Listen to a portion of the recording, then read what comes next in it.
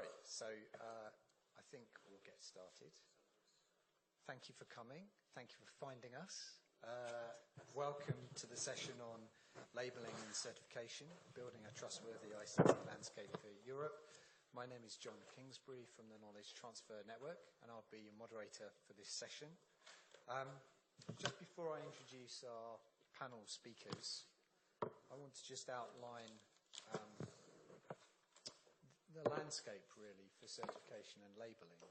And in particular, this panel session came out of an EU Horizon 2020 project called TruSec, which is looking at how certification and labelling might enhance user and citizen and consumer trusts, so that in the emerging landscape of digital products and services, and especially cyber-physical digital products and services, how can users trust those services? So we're definitely going to be talking about cybersecurity, but we're also going to be talking a bit more broadly about areas of trust.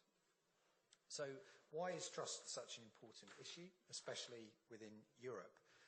Well, I think, firstly, if we think about the European goal of the digital single market, then trust is absolutely essential to accelerate the take-up of what is a fairly historically fragmented retail marketplace across the 28 countries. In fact, 47% of Europeans who have been online never actually buy goods and services from outside their nation state. So there is work to do to encourage users to trust services across a digital single market. It's been mentioned several times that despite a really effective and I think progressive policy regime within Europe, initiatives such as GDPR and the ENISA directive, they're not a shield for trust. They're good moves, but they're not a shield and they don't guarantee trusted services. And I think, therefore, looking at other ways to encourage trust via certification or labelling is a good bet. Most European citizens haven't heard of GDPR or NIS, and so how can they understand whether or not to trust the services that are available to them?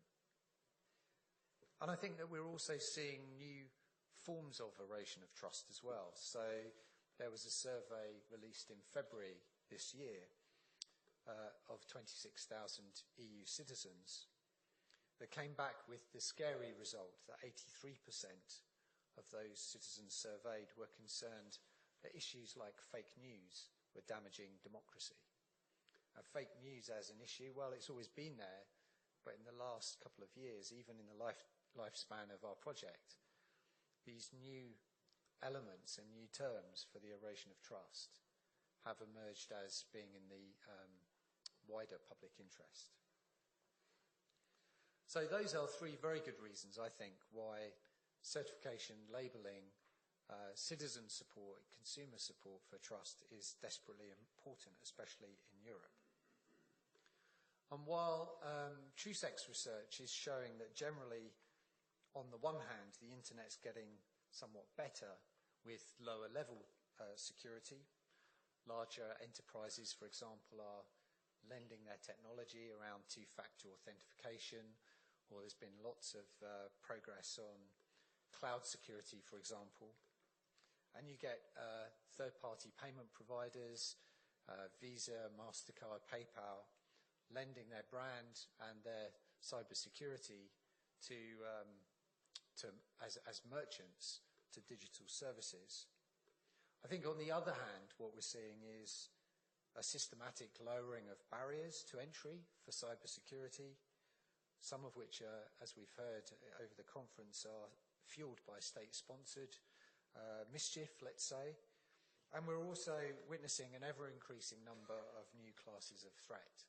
So, for example, as we move more closely towards cyber-physical systems, well, I think users, citizens, consumers of those cyber-physical systems are increasingly worried not just about privacy, but about their own safety as well. So you guys know all this, which is why you're here at the conference. So what are we going to focus on in the session today? Well, I think we're going to focus on 3 elements around certification and labeling. Firstly, we're really keen to explore some of those new classes of threat, and in particular, the impact that they have on consumer or citizen trust. Secondly, we're really keen to look beyond the technology around cybersecurity, looking at the importance, for example, of human factors in encouraging cybersecurity and trust.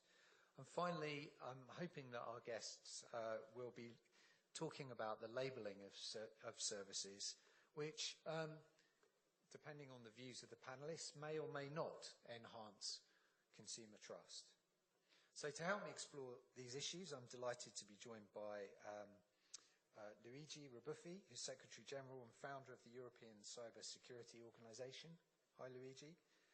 Paul Timmers, visiting fellow at Oxford University, and Paul is former director for the European Commission for Digital Society, Trust and Cybersecurity.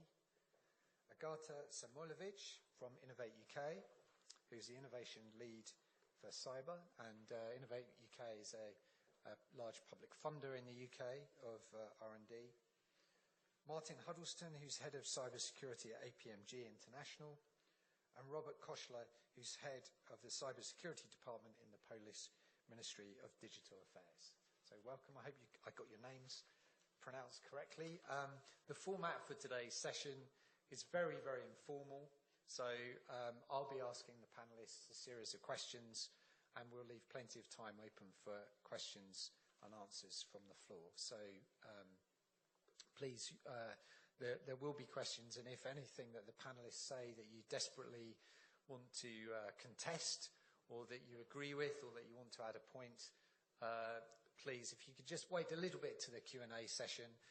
We're recording today's session, so my colleagues will give you a microphone, so if you could please wait for the microphone to come to you so that we can capture your comment and questions. Thanks very much. I want to start, I'm going to sit down in a second, but I just want to start with a general question, and I think I want to ask Paul this to kick off. Is Europe getting to be a better or a worse area for citizens and businesses to be online? Paul. Yeah, as a true European, of course, I would say much better. But honestly, if you actually do surveys, so not too long ago there was a Eurobarometer survey, and I found it quite striking that the levels of concerns of citizens, consumers, and also of smaller companies were exactly the same as in 2012. So they have all become more aware and more exposed and better prepared, and they have better tools, etc. But at the same time, the levels of concerns didn't go down. And I think that's the evolving landscape. Now, you might say better or worse compared to the past. I think we are still continuing then to try and catch up with the evolution of cyber threats and the evolution of technology. Continues to be that challenge, with some of the challenges becoming even sharper. Then, of course, you can say Europe compared to the rest of the world, better or worse. I think a lot more clarity when you talk in policy terms, and much more serious policy developments have been happening. You could roughly say there have been 3 phases of policy development in Europe. Since the middle of the 90s, there was some work happening around, important work happening around IT security certification, but it was kind of under the political radar. Then in 2013, there was the European Cybersecurity Strategy, which brought things onto the political radar, but only in a broad framing. And then last year, 2017, and this year, we have seen further policy development that creates a lot more clarity. For example, we couldn't talk about certification in the way we do it here if we didn't have that policy development of 2017 and 18. So in policy terms, I think a lot better. But then if you look at indices, and I must say you have to take them with a bag of salt, these indices, but take the ITU one, then we are lagging behind the US, but kind of second place and continue to be there. So I think everybody's level is raising against the backdrop of increasing threats. And Robert, your view from a national perspective, is Europe getting better or worse? What's the view from Poland?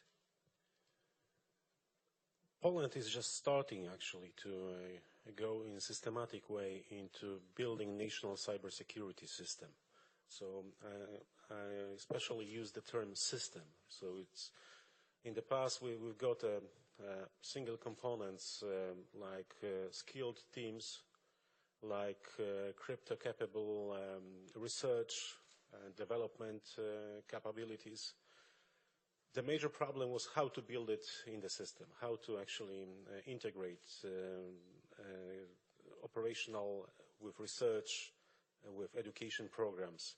So we introduced implementing the Network and Information Security Directive. We introduced the new law on national cybersecurity system, and we start from integration and information exchange between 3 CSIRT teams.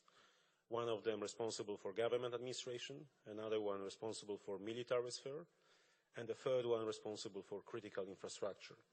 So we start in parallel to legal regulation. We start from defining taxonomy, defining the procedures, defining also and selecting the tools, not reinventing them, of course.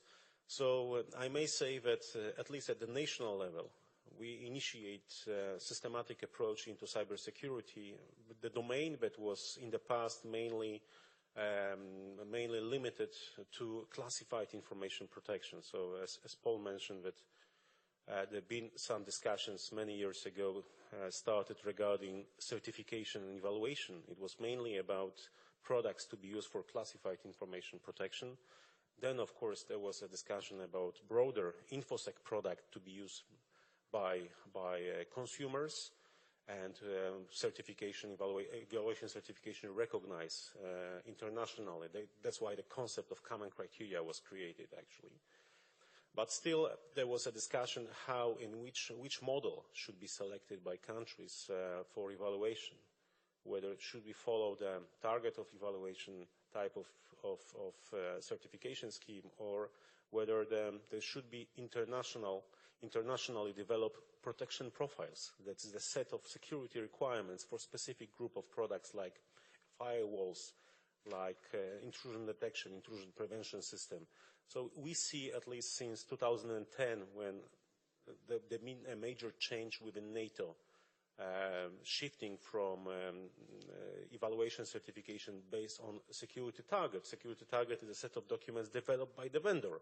So if I would be the vendor, I would develop requirements, and then I can prove that I actually met those requirements. So the major problem was that you could not compare different products offered by different vendors. So that's why the shift of the concept from security target protection profiles, independently developed security requirements, that's the direction. Of course, the question how to build the European-wide system for evaluation certification, that's an open question right now, and I think Luigi will add to this topic as well. But this is the challenge that we have, really, to think about European ecosystem of trusted products and trusted services. Thank you very much. And just keep hold of the mic for a second, because I also want to ask you about where the Polish government is in terms of offering services to citizens. Do you find that Polish people are using government services to do their tax returns, or to get their driver's license, or how is that shifted over the last 10 years, for example? We've seen a major change, I may say, for last 2 years.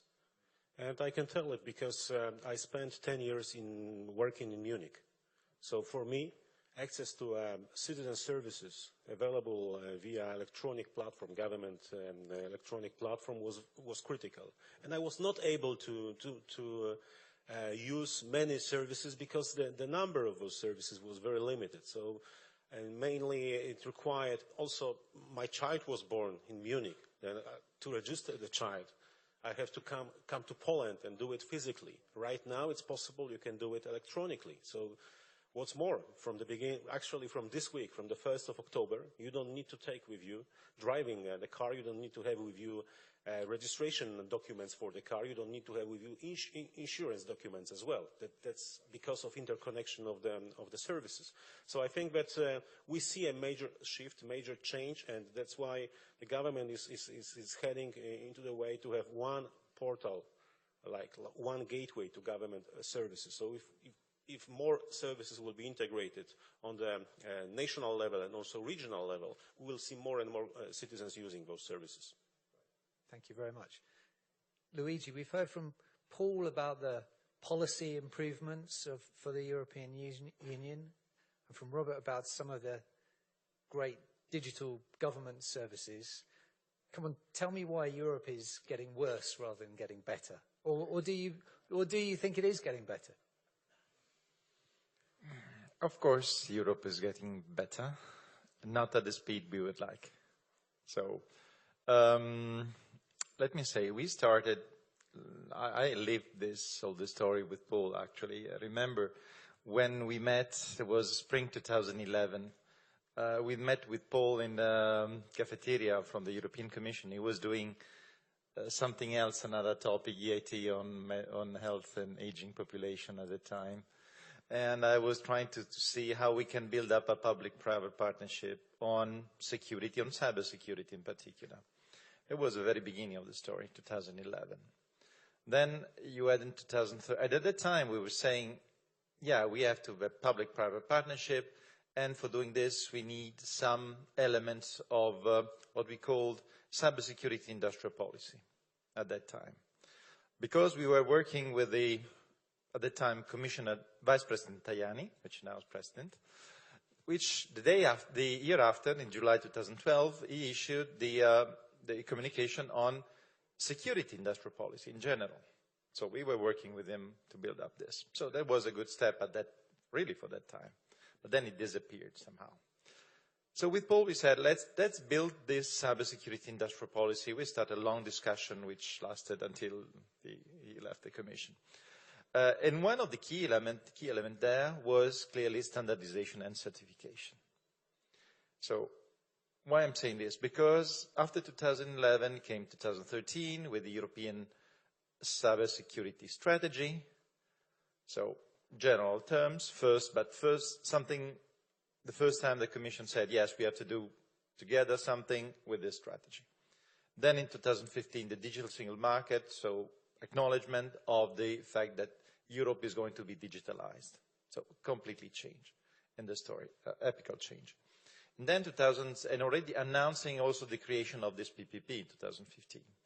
2016, there was the creation of the PPP where we started. The first target was to support a priority for research, because the usual approach for the PPP and the Commission approach, view. But then we said we have to go beyond, because really we want to start to build up all the European cybersecurity ecosystem with what we called the European cybersecurity industrial policy, so different elements, including validations, certification, financing, and education and training and so on, and research, of course. And so we are building up the story from 2016, but actually, as he said, in the last 2 years we have seen a big change, because in 2016, when we signed, and actually I had the honor to sign the agreement with Commissioner Oettinger at the Parliament in Strasbourg, somehow I had the feeling that the situation was obliged to sign, because it was in the sorry, Paul, but I really that feeling. I don't know if we ever discussed that, but really I had the feeling because it was in the agenda of the year, you know, and it was, yeah, it was a commitment. It should be done. Okay, fine, good for us because we were pushing for years, but at the end it was somehow we had to do it, so let's do it. But actually later in the year there was the Trump election, so things have changed, perception have changed, and really cybersecurity became a major issue in Europe, also for the politicians, for everybody. So things have strongly accelerated since then. And now we are in a situation where 2017 we had the Cybersecurity Act with the new proposal for renewed ENISA, with the certification, and now in this year we have the GDPR, we have the the transposition of this directive, and the new proposal for 2021, so the Digital Euro program and the new Horizon, and all what is coming up, increased budget for cybersecurity. So coming back, this is just the story. So things are moving on, are improving.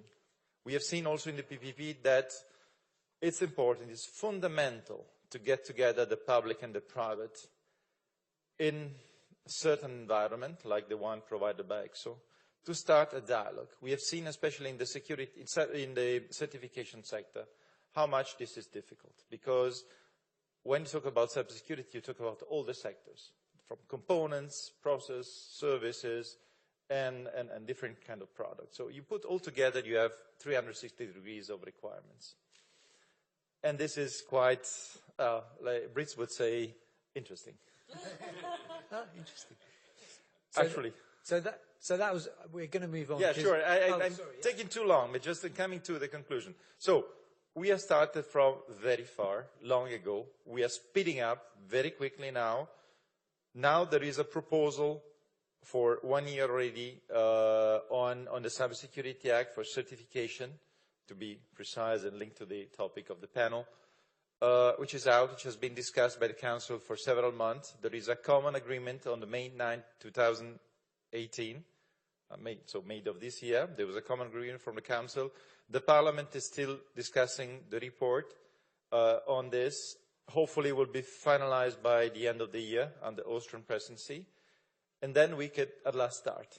So this is the slow move somehow. And the point is that there are big excitement, something like 1 year ago, about all this certification, labeling, and so on. Still quite large excitement beginning of this year. And now it's a little bit fading down because other things are coming up, because it takes too long, well, not too long, maybe too long time. Work in progress. Yeah. Thank you very much. So a very positive, good story in terms of policy implementation. It sounds like citizens in Europe are trusting government services increasingly. Sounds like there's more work to do. I'll come back to you in a second, Agata, but Martin, your company really has the finger on the pulse of how it feels. So maybe not the reality, but some of the perceptions. So I just want to ask you for businesses, and you might want to tell people what your company does, but how does it feel out there in terms of getting better or getting worse? So the reality is, for some time, we haven't been able to keep pace with the speed of innovation that attackers are making. And you can see that if you read the Verizon Data Incident Breach Report, which is published every year, and there's a graph which shows this divergence. Read the paper and it's kind of theoretical. On the ground, certainly in the UK, from the statistics that NCSC were presenting yesterday, it feels okay. It doesn't feel like it's getting any worse. I was in a EU country, I won't name the name to save any blushes, in 2015, and coming back in 2018, things haven't changed very much. But if you take that into account of what I just said earlier about the Verizon report, then things are probably not better, is the piece. There's still a lack of traction. Now, in terms of APMG, what we do, we're an accreditation and certification body. We certify all sorts of training schemes around the world, everything from agile project management to yoga to cybersecurity. And we also do cybersecurity assessments, and we're very interested in performance. And if I just paint an analogy, we need to know what the end game is about certification. If you imagine you're an athlete, okay, and they want to do high jump, and the framework that the bar sits on is the certification framework, the standards, such as ISO 27001 or the NIST cybersecurity framework, or another standard, whether it's common criteria or other. The problem in cyber is, how high do you put the bar? So what's the certificate actually telling you in reality, in real terms, about effectiveness of the program. Maybe certification isn't telling you about effectiveness, but just bear that in mind. When you're trying to trust something, do you actually know what the performance level is that that system was set out to certify? And given that cyber's changing, is it correct today what it was yesterday? And the answer is probably not. So what is actually certification telling us is a really important problem. Thanks. We might come back to that a bit later when we ask another question about the real benefit and value of certification. But Agata, your organisation really is at the cutting edge of funding new R&D in cyber, and I just wonder whether you could outline perhaps what some of the new classes of threat are, and perhaps also some. I mean, don't give away commercial secrets about some of the new R&D, but if you can talk in the general about what sort of innovation you're seeing coming through from small, innovative cyber businesses, that'd be really helpful. Okay, so let me start maybe with the new classes of threat. So I think actually it's not very important to look at the new classes of threat. It's actually important to look at the threats, the risks, and also the impact. Because actually when we think about the problems that are in cybersecurity, there are or threats or vulnerabilities that actually are there since like 1960s, and they haven't been fixed.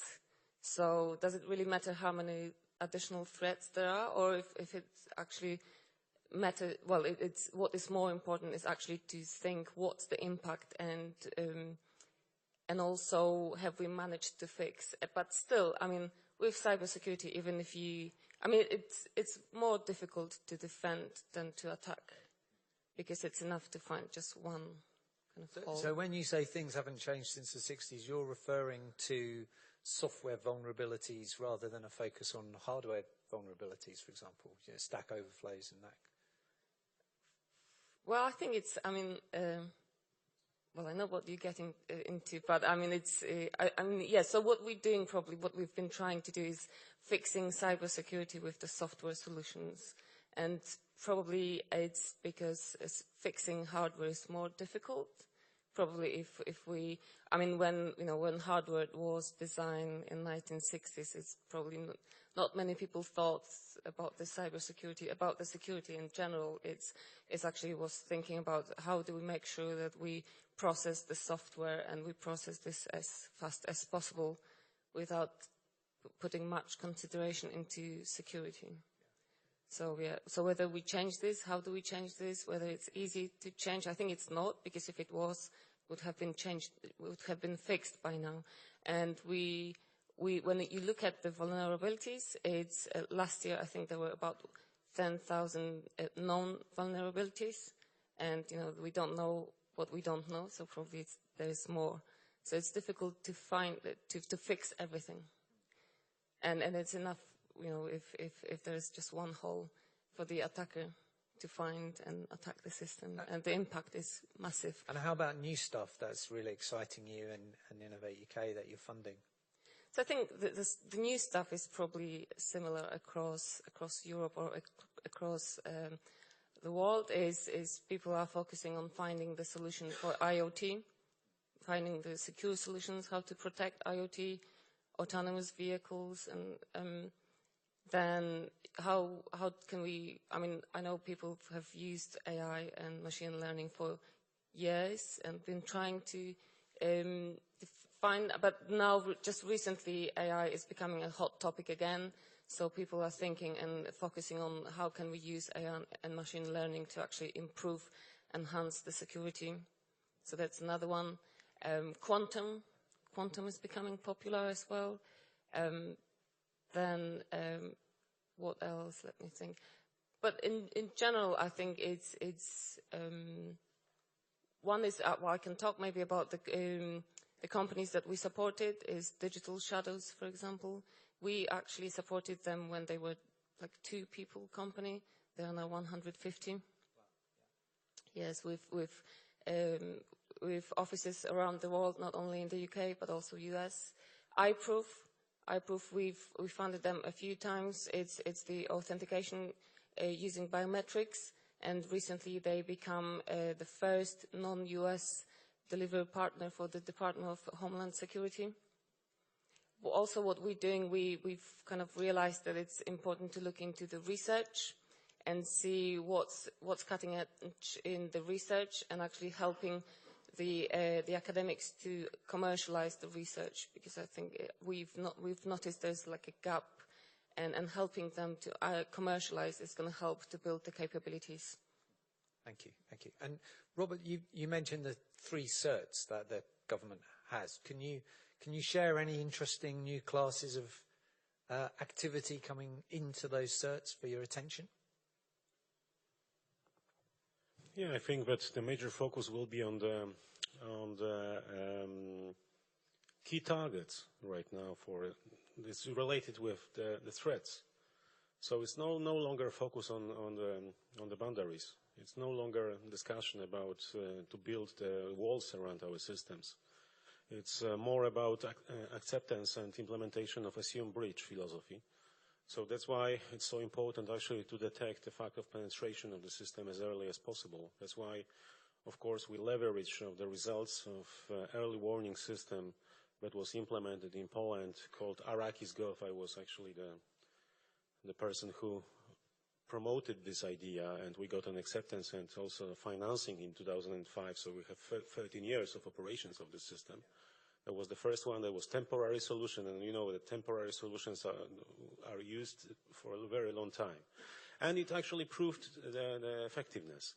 So we need to focus, of course, on the detection of the penetration, but we need to focus from the defense perspective. We need to focus on 4 major areas. You already mentioned one of them, of course, that's the multi-factor authentication. So first of all, the first area is how to protect identity.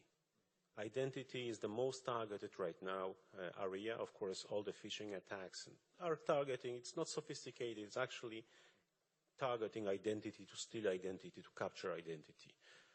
Then we need to focus on applications. Applications, this is, so how to build a secure ecosystem or secure system. Even right now, if the manufacturers, vendors, they invest a lot of money into resiliency of operating system. This operating system does not work itself. That requires applications that comes from different vendors. So the question is how, and that was actually touched yesterday by Samsung representative. I was happy to hear about security development lifecycle. One of the practical implementation of this. The concept developed in 2004, so we have almost 15 years of SDL development, initially used by academia, initially used internally by some organizations. So you mentioned ISO 27, so right now it's also touched by ISO 27034 as the SDLC. The question is why it's not widely implemented. Why SDL is mandated by U.S. Department of Defense for all applications to be used by armed forces, regardless of the programming platform. So that may be application written in .NET, Java, or for Unix system. But the requirement is strong. The development needs to follow SDL process, and this is life cycle. So when vulnerability is found, there's patching, of course, all the elements. So why not to enforce this type of compliancy, at least with methodology? Then attacks targeting, or the trends right now is about supply chain. This is what happened last year with Midok in Ukraine. That was perfect attack on supply chain.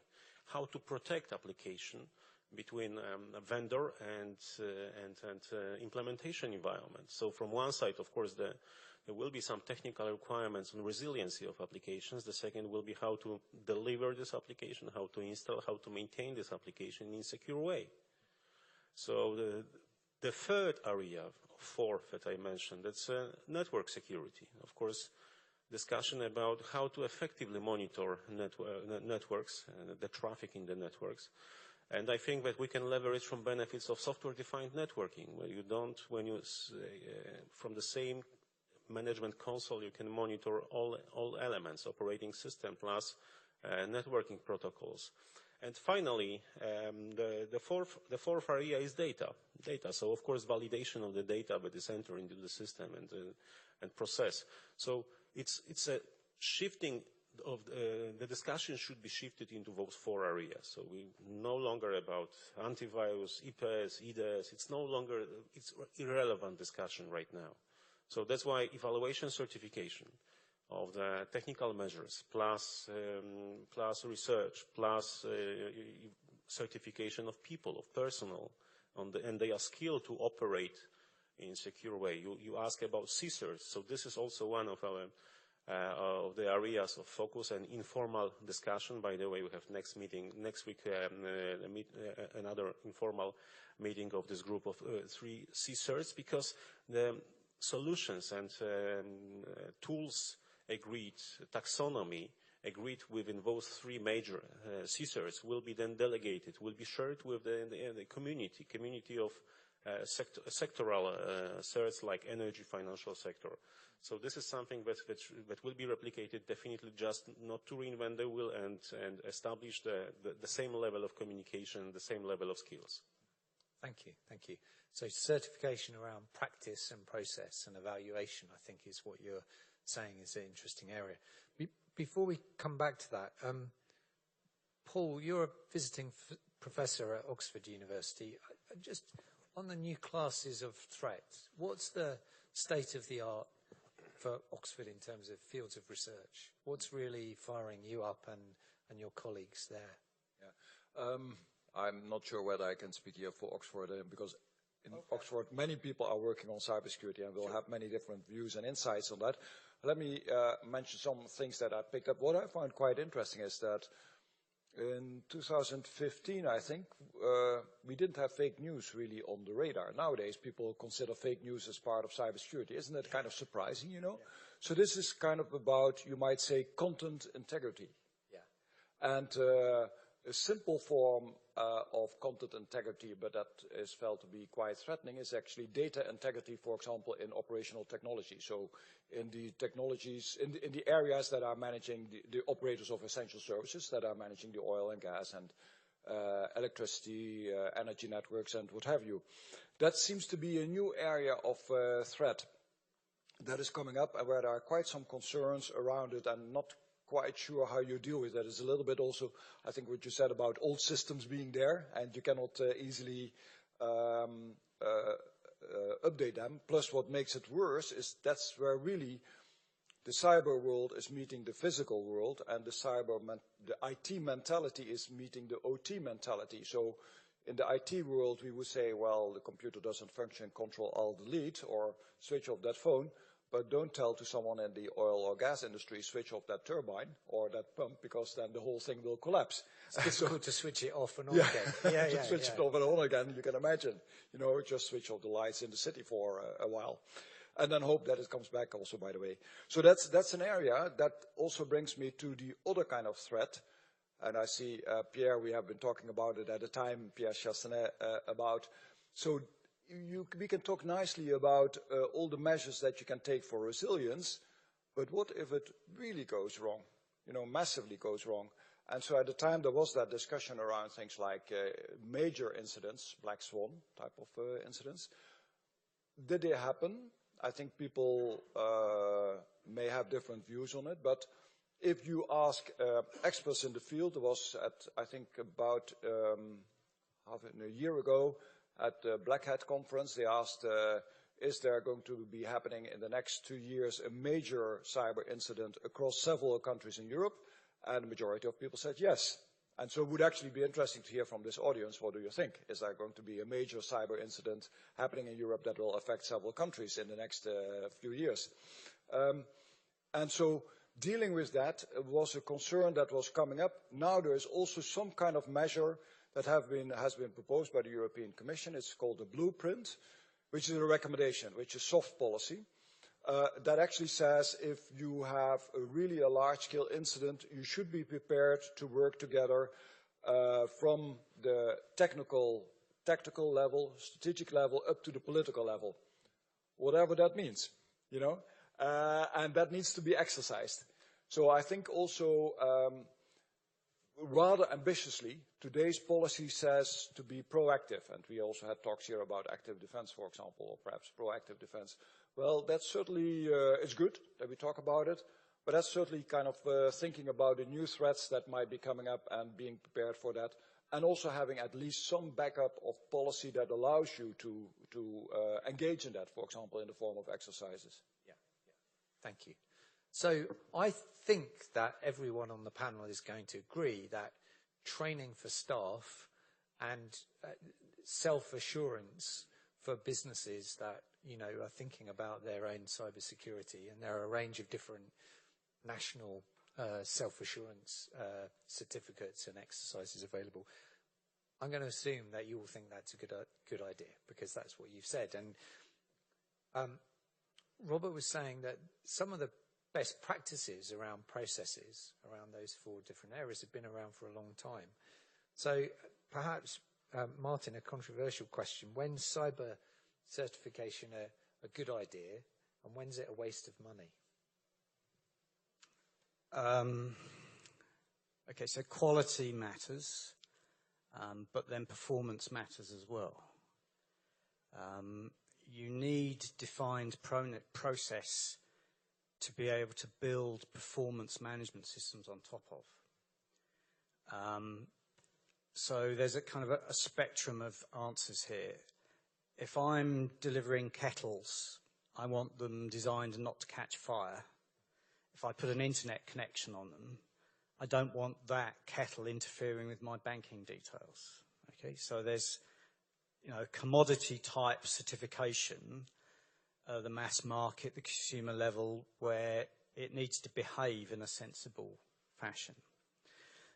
Then at the other extreme, you can go to continuous monitoring of services, and you can go to organizations like NSS Labs in the US, who will do a live threat feed against your software and systems. And that's really the only way to assure both the protections and the software is still doing what you think it should do, and the software is catching up fast enough with the innovation that the attackers are applying. Now, there's a huge spectrum of cost and challenges in that whole area. I would argue that continuous monitoring is actually essential for NIS service operators, and you should be thinking that on day one.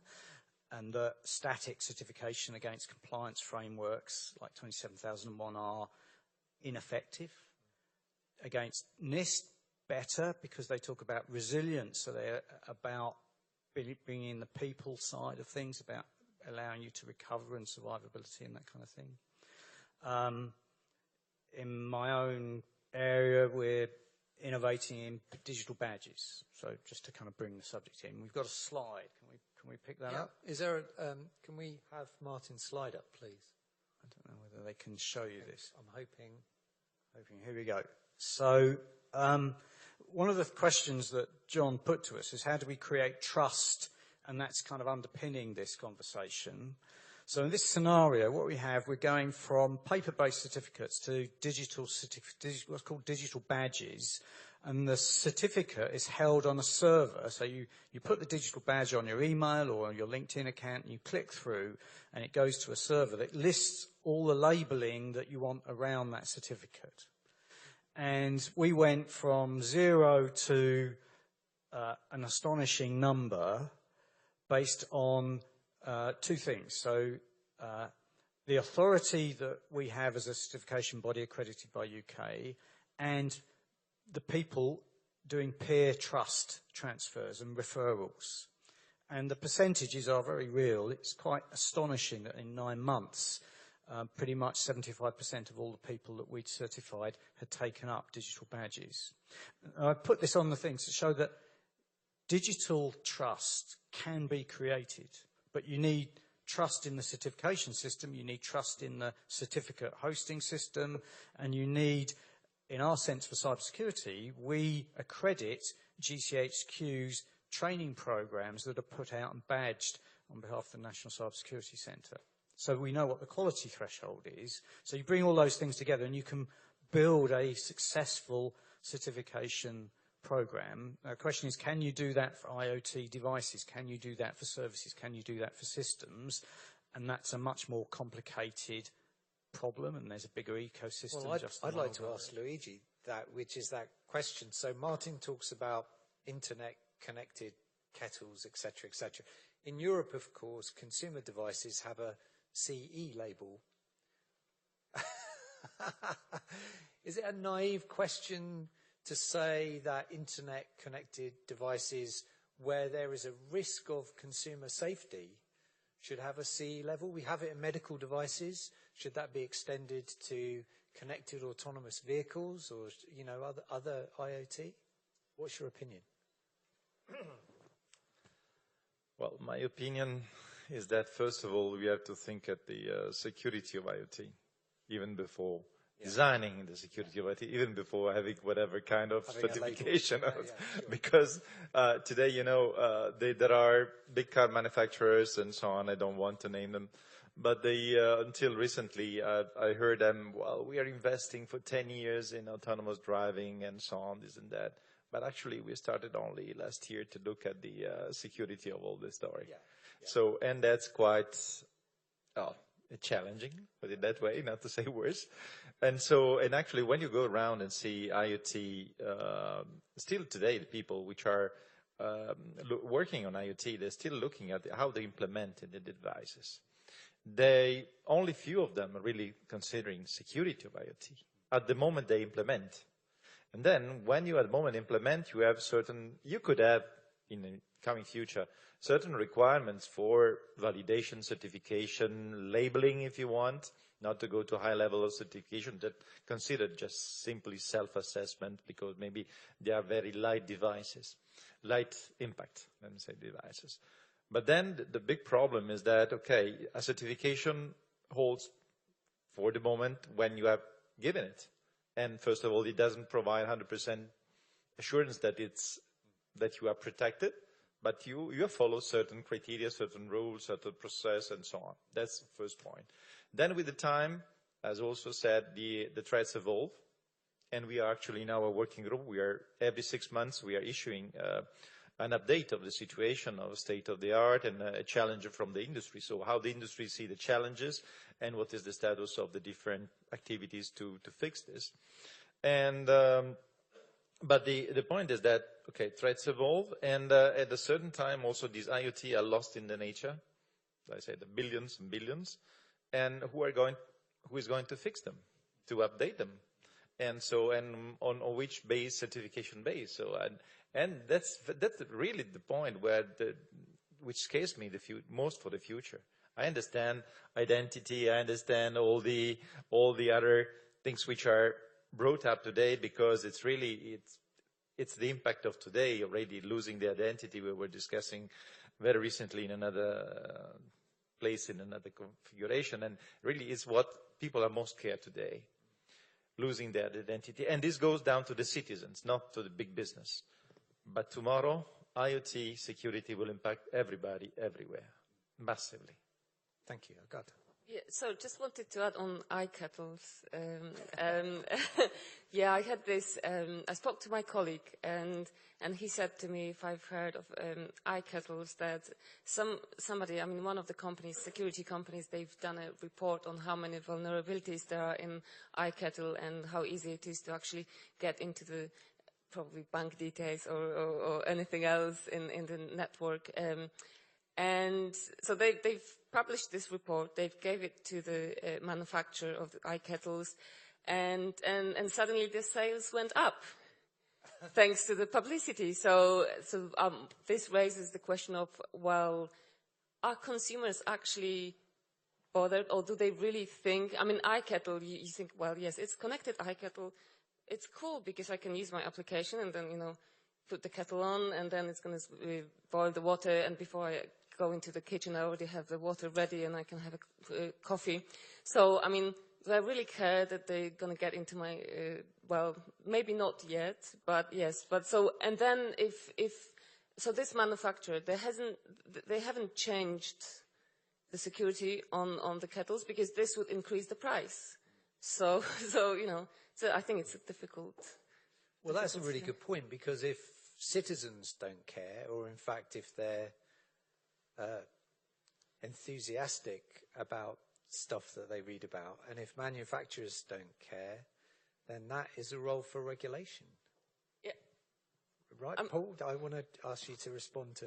Yeah. Okay. Well, let's say safety belts. Public interest says, yes, we should have regulation for that. Is it bad? No, not at all. There's an Infineon, for example, made great business based upon safety provisions in the car. So that's an example probably of regulation where you are pursuing a public interest, and which, by the way, also is good for business. Of course, you cannot generalize from that, but you can take it as an inspiration. So I would say here the risks for consumers, for citizens, are too large to get away with, let's just leave it to, you know, everybody's individual responsibility. Obviously, you also don't want to kind of overdo it. You don't want to over-regulate, and I think that's the carefully treading that is happening in policy development. And perhaps also one other thing a little bit to warn for is I think it's very tempting, without really seeing it, that in policy development you actually write in a certain type of technical architecture. So let's take the example of certification. We have in mind someone certifies, someone looks at it, and someone approves it, and then you've got a certification authority and someone overseeing that, etc. So like a hierarchical system. So distributed certification solutions are not really that visible in that, which could also be the case. There's now, so I'm at Oxford, I'm looking into things like strategic autonomy.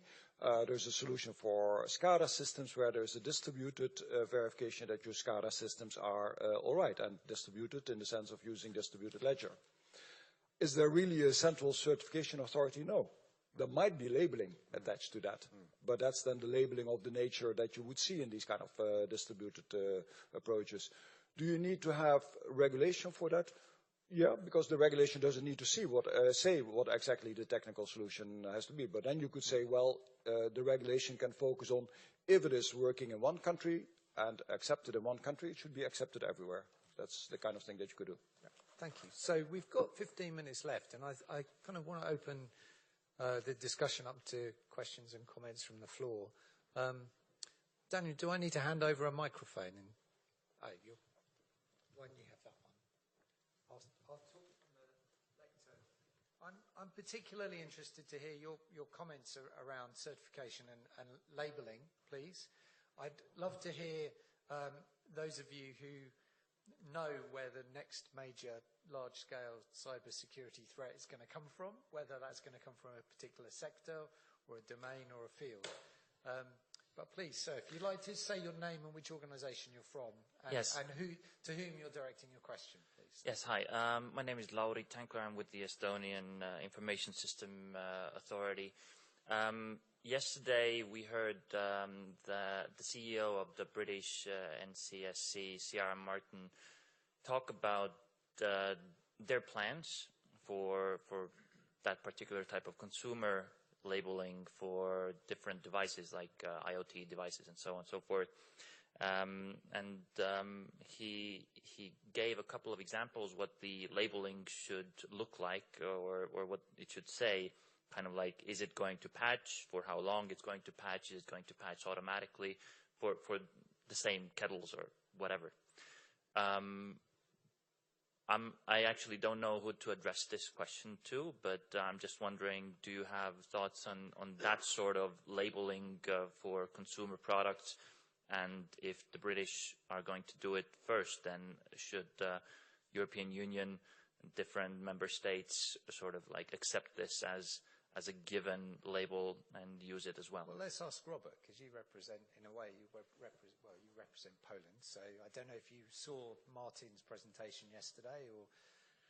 Unfortunately not. We had a series of meetings, bilateral meetings, so I missed it. But we had a discussion today morning, so with Kiara. So, and this is actually related to the question that was asked by you, whether does it make sense to repeat the evaluation or certification or labeling independently for Europe or the UK or the US if the threats are similar or even the same? Yeah. So this is the question that we should ask ourselves.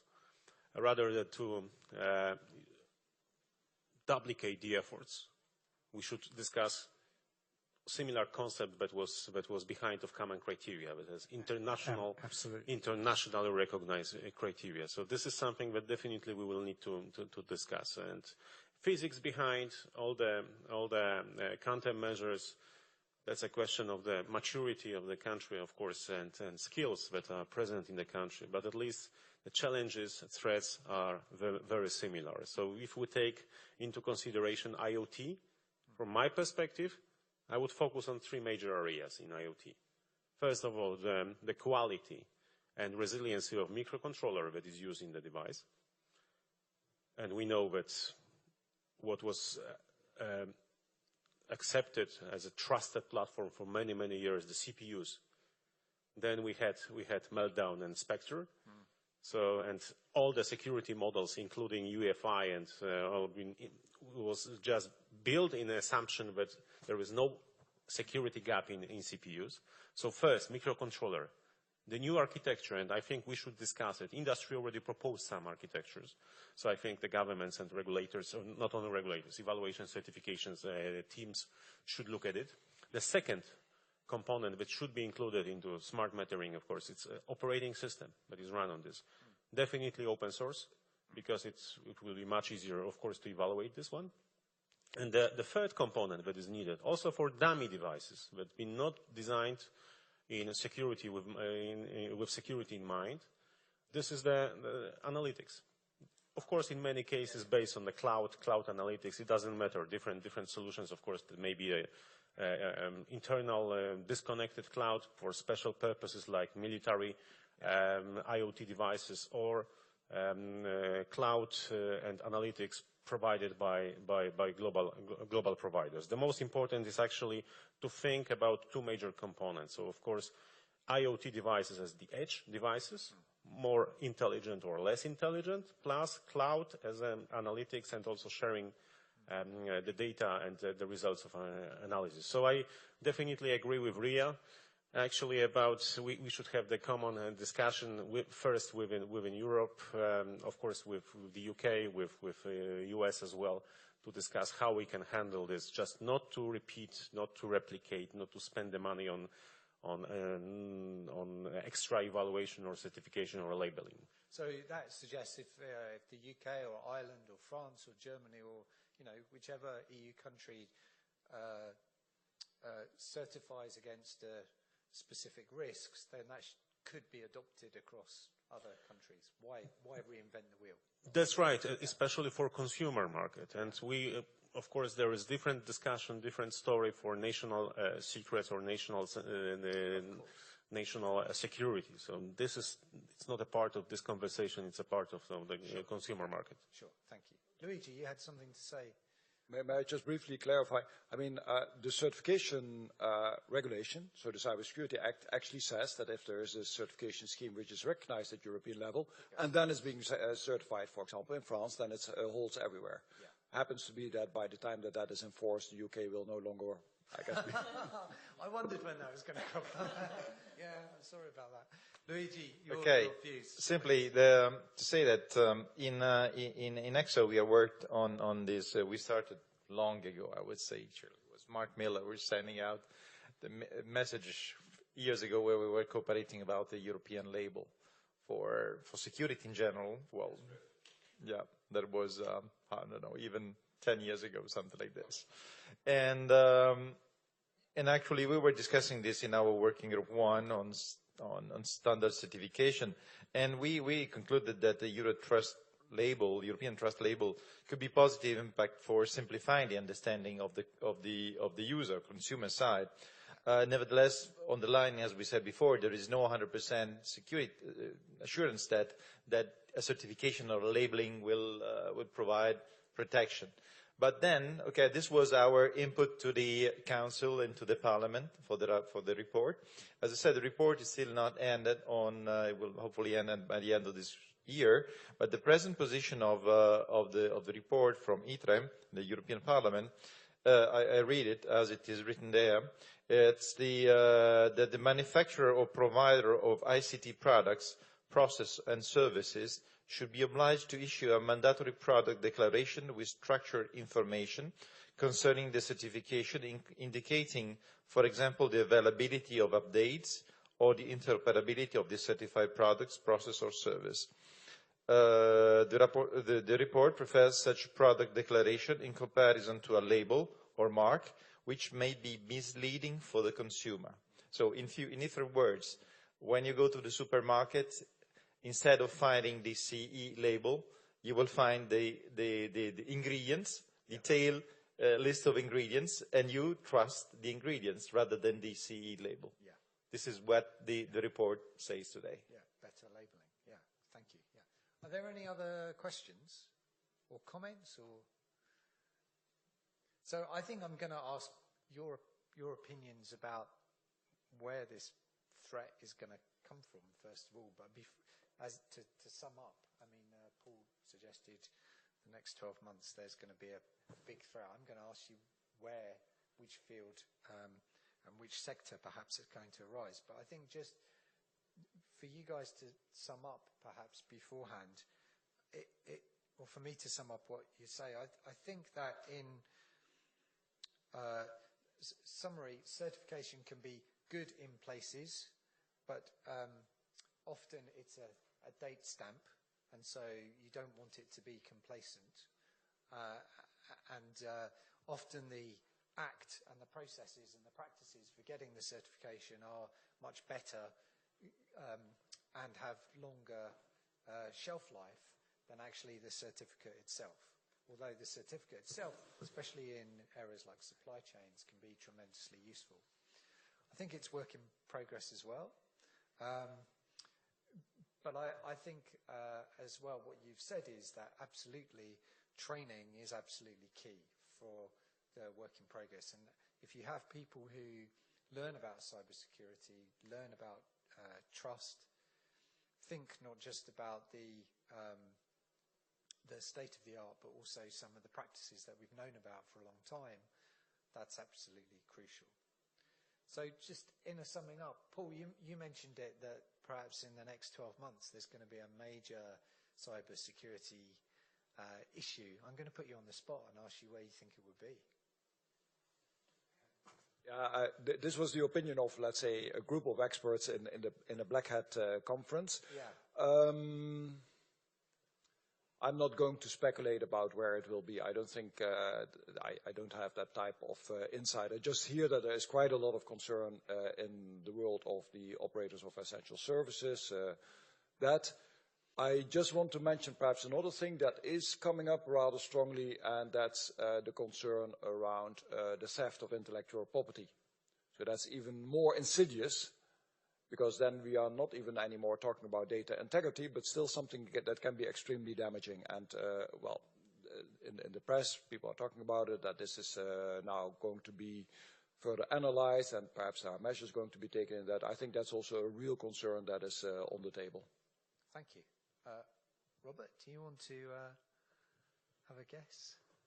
Yes, and I agree with this diagnosis, because if you look at the percentage, and if you look at the statistics of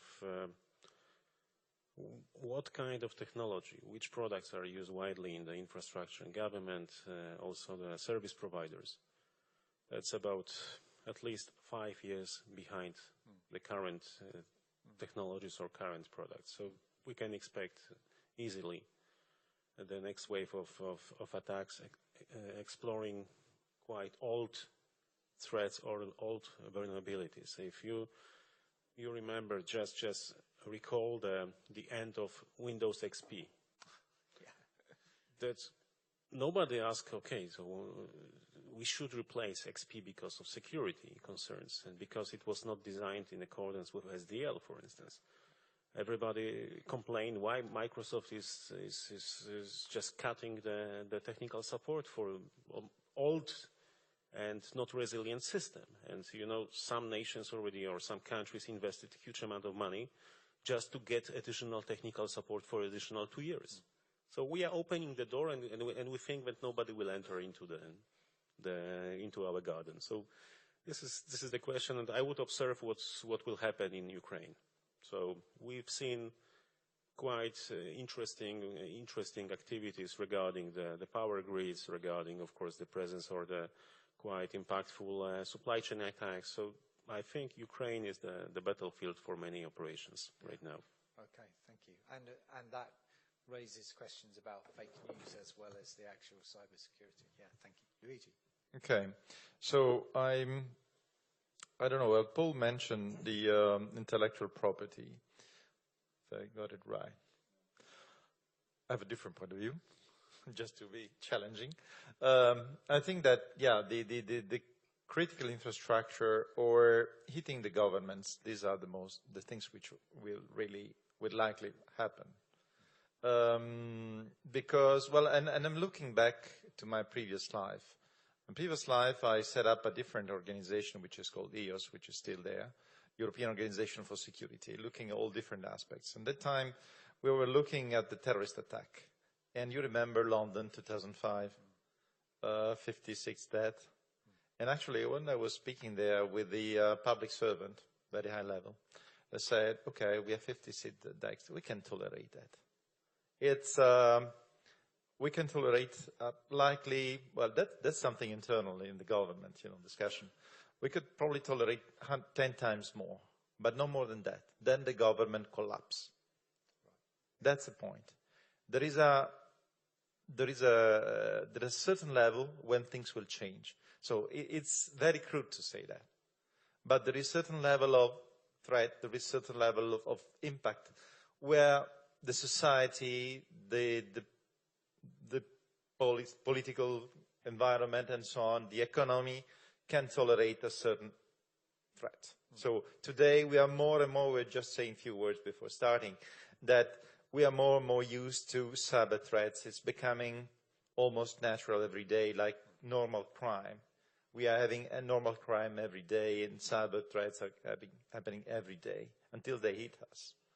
Or until, and then it's still, we are going to forget. But when the country is hit in a certain way, which is really beyond a certain level, then it can cause a major change.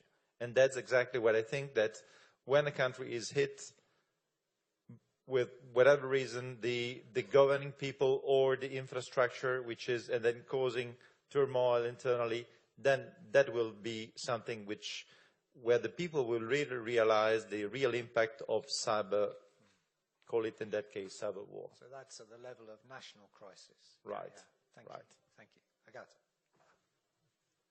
So the question is where the attack is going to come from? Yeah. Just to put you on the spot. Yeah. Well, I have no idea, but I can just imagine that. I mean, we've already seen Talk, British Airways. I mean, I think we're just going to see more of those, and probably kind of them being attacked through supply chain. And so thinking about the impact, so there's impact, and if the attack happens on the kind of national level, but I think we shouldn't kind of forget about the impact that even small attacks have on actually businesses, and even small and medium businesses, because for them, I mean, yes, so for the government to collapse, it takes, let's say, hundreds of people that dying in the terrorist attack, but actually for the small company, it's enough one cyber attack, and then company goes out of business, and families hired by this business, they don't have income. So I mean, so, and probably the kind of common attacks, the attacks on the lower level are happening more often than on a kind of government level. Thank you. Martin, the last word. I think we're building a very complex world. It's wonderful in ways and frightening in others. When you build complex systems, and I've been dealing with them most of my career, you get what's called emergent behavior. So things will happen that, because of the way systems interact, that will just surprise us and that we won't have thought of. And this is an inherent risk in the cyber world that we're moving into. And the trigger will be something we know. It will be a software library that someone's loaded up with some malware that suddenly got embedded into a large-scale system because the supply chain is insecure. And we'll see. Thank you very much. Well, we've strayed beyond a little bit of certification and labelling with the last question, but I just wanted to get your views because I think it's interesting and it points almost for the next wave of citizen and company anxiety going forward. So let's hope it doesn't happen, but let's try to prepare for it, for people trying to make it happen. We're out of time. Thank you for joining the discussion. And before we break for lunch now, there's only one thing left to do, which is to ask you to join me in thanking our panelists. Thank you very much. Thank you.